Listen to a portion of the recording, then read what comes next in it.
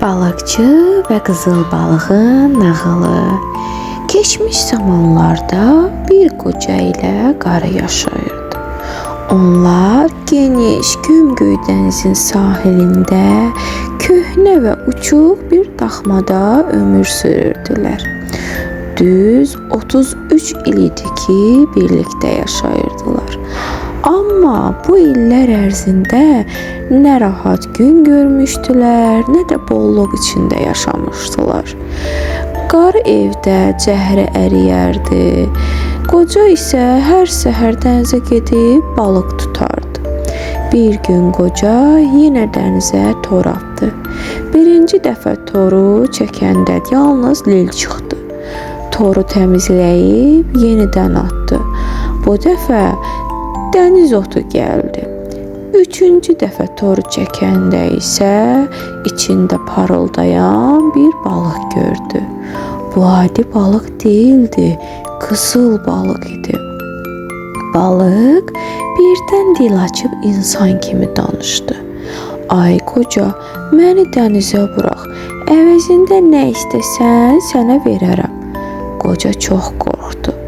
Ömrü boyu balıq tutmuşdu, amma belə şey görməmişdi. Ürəyi yumuşaq olduğundan balığa yazığı gəldi və dedi: "Mənə heç nə lazım deyil, get, azad ol."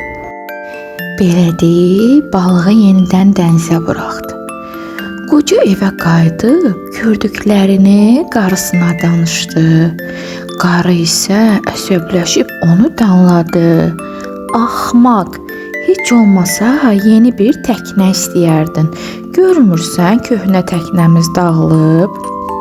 Qoca məcbur olub yenidən dənizə getdi. Dəniz sakit idi. O balığı çağırdı. Qızıl balıq üzə çıxıb soruşdu: "Nə istəyirsən, ay qoca?" Qoca utana-utana dedi: "Qarı deyir ki, təknəmiz sınıqdır. Yeni təknə istəyir." Balıq cavab verdi: "Get evinə, istəyin yerinə yetdi." Qoca geri qayıdanda gördü ki, doğrudan da yeni təknələri var.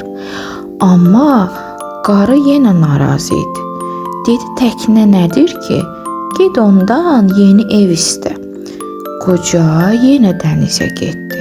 Bu dəfə dəniz biraz dalğalı idi. Balığı çağırdı və qarısının istəyini dedi. Balıq yenə razı oldu. Qoca qayıdanda köhnə daxmanın yerinə gözəl, möhkəm bir ev gördü. Amma qarı yenə də razı qalmadı. Dedi: "Mən artıq kəndli olmaq istəmirəm, zadəgan olmaq istəyirəm." Qoca yenidən dənizə getdi. Bu dəfə dəniz daha da çalxalanırdı. Balıq yenə də istəyi qəbul etdi. Qoca geri dönəndə qarısını bahalı paltarda, qızıl zinətlə bəzənmiş halda gördü. Ətrafında nökərlər dayanmışdı. Amma qarı yenə də əsəbi idi. Bir müddət sonra qoca yenə çağırıldı. Getdi ki, "Mən padşah olmaq istəyirəm." Qoca qorxa-qorxa yenə dənizə getdi. Dəniz artıq qəzəbli idi. Dalğalar guruldayırdı. Amma balıq bu istəyi də yerinə yetirdi. Qoca qayıdanda qarısını böyük sarayda, taxt üstündə oturmuş gördü. Hamı ona baş əyirdi. Amma yenə də qarı doymaq istəmədi. Sonunda dedi: "Mən artıq padşah olmaq istəmirəm. Mən dənizlərin hökmdarı olmaq istəyirəm. Qızıl balıq da mənə qulluq etsin." Qoca son dəfə dənizə getdi. Bu dəfə dəniz tufanlı, qaranlıq və qorxunc idi. Dalğalar sanki qəzəbdən qışqırırdı. Qoca balığı çağırdı və qarısının son istəyini dedi. Balıq heç nə demədi. Sadəcə quyruğunu çırpıb dərinliklərə çəkildi. Qoca bir müddət gözlədi, amma balıq qayıtmadı. O evə döndü və nə gördü?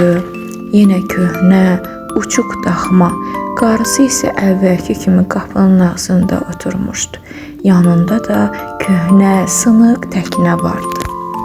Beləliklə qarı qapının ağzında oturmuş, başını aşağı salmış, peşman idi. Artıq nə saray vardı, nə var dövlət, nə də hökmranlıq arzusu. Qoca heç nə etmədi, heç nə də demədi. Sadəcə sakitcə onun yanında oturdu. Beləcə onlar yenə əvvəlki kimi sadə həyatlarına qayıtdılar. Amma bu dəfə qarı başa düşdü ki, hərislik insanı xoşbəxt etməz. Əziz uşaqlar, sevimli valideynlər, kanalımıza abunə olub bizə dəstək olmanızı sizdən xahiş edirik.